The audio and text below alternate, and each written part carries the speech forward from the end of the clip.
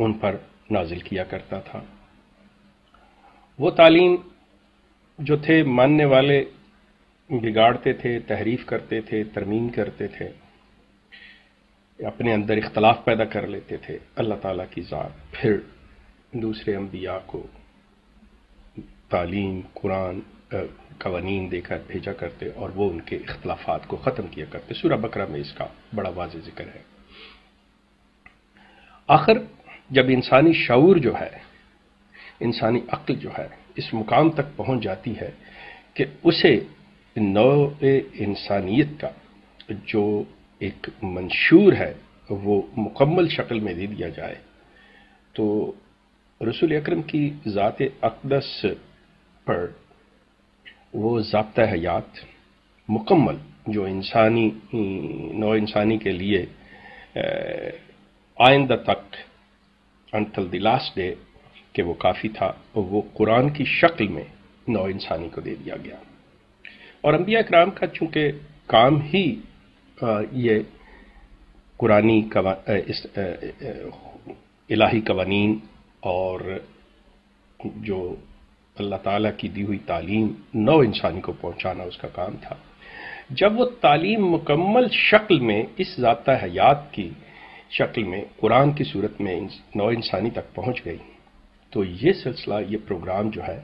اپنی انتہا کو پہنچا۔ انبیاء کرام کا سلسلہ حضرت صلی اللہ علیہ وسلم کی ذات پہ اتمام ہوا اور قوانین خداوندی کا اتمام جو ہے وہ قرآن کی شکل میں ہوا۔ اب نو انسانی کا کام ہے کہ ان قوانین پر، ان خدائی احکامات پر، اس تعلیم الہی پر عمل کرتے ہوئے وہ نتائج حاصل کریں، وہ اپنے مقاصد حاصل کریں جو قرآن نے ان کے لیے متعین کیے ہیں۔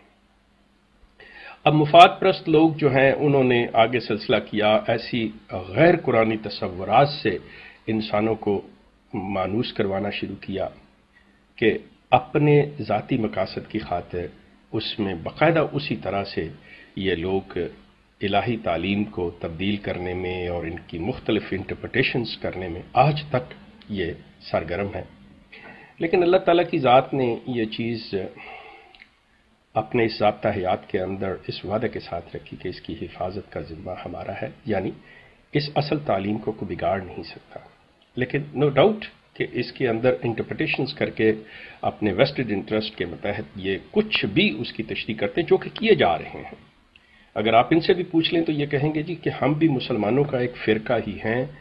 اور ہم میں اور ان میں صرف مین سٹریم مسلمانوں میں یہ فرق ہے، مطلب ہم تشریح ایسے کرتے ہیں، ہم اس بات کو اس طرح سے کہتے ہیں، اس کے یہ معنی لیتے ہیں، لیکن باقی ہم ہیں مسلمان۔ اب بات آ گئی انٹرپریٹیشنز کی۔ اب انٹرپریٹیشن اگر ایک شخص کوئی کرتا ہے، دوسرا کچھ کرتا ہے، تو وہ کسی دوسرے کو کافر نہیں کہہ سکتا، کسی دوسرے کے اوپر کسی قسم کی فتویٰ بازی نہیں کر سکتا۔ وہ یہ کہہ سکتا ہے آپ کی رائے یہ، آپ اس کو اس طرح سمجھیں، میں اس کو اس طرح سمجھا ہوں۔ لیکن یہ ایک ایسے ہیں کہ جو صریحاً ایک نئی چیز لے کے چلے کہ حضرت صلی اللہ علیہ وسلم کے بعد اگر کسی شخص کو ماننا لازمی انہوں نے قرار دیا تو وہ مرزا غلام احمد کو، جبکہ قرآن کسی کو رسول اللہ کے بعد آنے والے کو ماننا جو ہے آپ کے ایمان کا حصہ قرار نہیں دیتا۔ دین مکمل ہو چکا، تعلیم الہی مکمل ہو چکی، انبیاء کرام کا سلسلہ حضرت پہ تمام ہو چکا، پیچھے کوئی بات نہیں رہ جاتی۔ اب ہے اپنی اپنی انٹرپریٹیشن ان کی۔ اب انٹرپریٹیشن میں انہوں نے اپنے آپ کو نمایاں کرنے کے لیے اس چیز کو کر دیا کہ یہ چیز ہے۔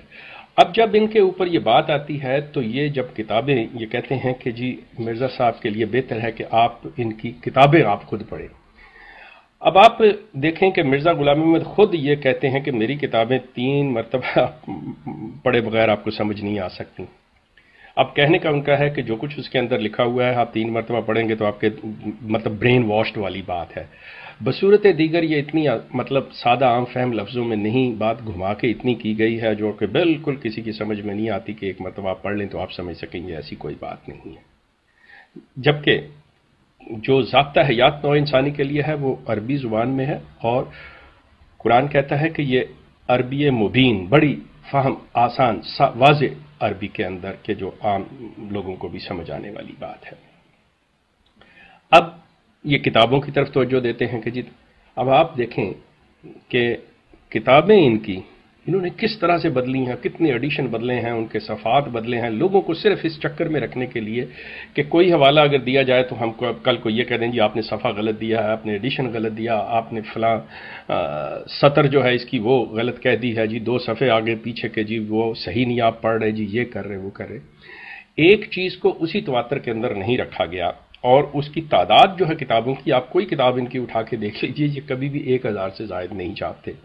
اب انٹرنیٹ پہ ہے، انٹرنیٹ پہ کچھ اور ایڈیشن ہے، اب جب آپ پڑھیں گے کہیں گے جی یہ سمجھ آتی ہے تو کہیں گے جی نہیں آپ غلط سمجھے ہیں۔ اس کے لیے آپ اندازہ کیجئے، آپ 4 احمدی احباب کو اکٹھا کر لیجئے اور ان سے کہیے کہ اچھا جی یہ مرزا صاحب کا ایک صفحہ ہے، ایک پیرا ہے چھوٹا سا، اس کو چاروں لوگ جو ہیں پڑھ کے بتائیں کہ آپ اس میں سے کیا سمجھ رہے ہیں۔ یقین کیجئے کہ وہ چاروں بندے مختلف اس سبق کو لیں گے، جبکہ یہ آپ کو کہہ رہے ہیں جی آپ خود سمجھیں۔ اچھا جب آپ ان کے 4 عام بندوں کو چھوڑ دیں، وہ ان کے مربی 4 لے لیں، ان کو کہیں، اب 4 مربی تو ایک انسٹیٹیوشن سے، ایک ان کی جامعہ سے نکلے ہوئے ہیں، ان کی سوچ سمجھ میں تو کوئی فرق نہیں ہونا چاہیے، جو ان کو ان کے استاد نے جامعہ کے نے پڑھایا وہ تو وہی ہونا چاہیے۔ یقین کرو جب آپ ان سے بات کریں گے، سوال کریں گے، تو ان کے بھی جو مفہوم ہوگا، جو وہ سمجھے ہوں گے، آپ حیران ہوں گے کہ چاروں ہی مختلف باتیں بیان کر رہے ہوں گے، لیکن ایک طوطے والی رٹ جو ہے وہ یہ سارے ایک ہی لگا رہے ہوں گے، نہیں جی مرزا صاحب کو ماننا ضروری ہے، وہ وقت کے امام ہیں، وہ وقت کے امام ہیں، وہ نبی ہیں، وہ رسول ہیں، وہ مسیح موعود ہیں۔ جبکہ قرآنی تعلیم جو ہے وہ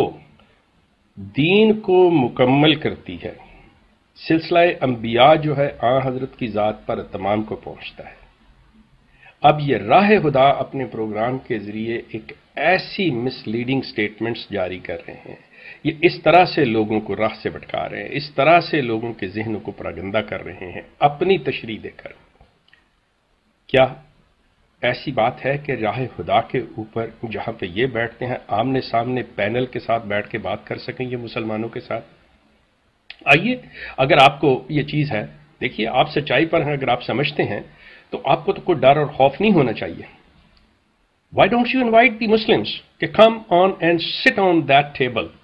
face to face and let's we talk and let leave the decision on the public کہ آپ اپنی بات کیجئے، آپ اپنا بتائیے ایک چیز کو کہ this is our interpretation, this is how we take this and let's see کہ Muslims say this is the way we interpret and we give the message and let the people decide۔ کریے ہمت، بلائیے راہ خدا پہ، بلائیے اپنے M T A پہ، let's we have a academic talk over there. Otherwise لوگوں کو، اپنے لوگوں کو دیگر لوگوں کو گمراہ نہ کیجیے، اپنے لیے تباہی و بربادی نہ خریدیے، اسی میں آپ کی بہتری ہے۔ ہمارا سلسلہ جاری رہے، آپ کا شکریہ۔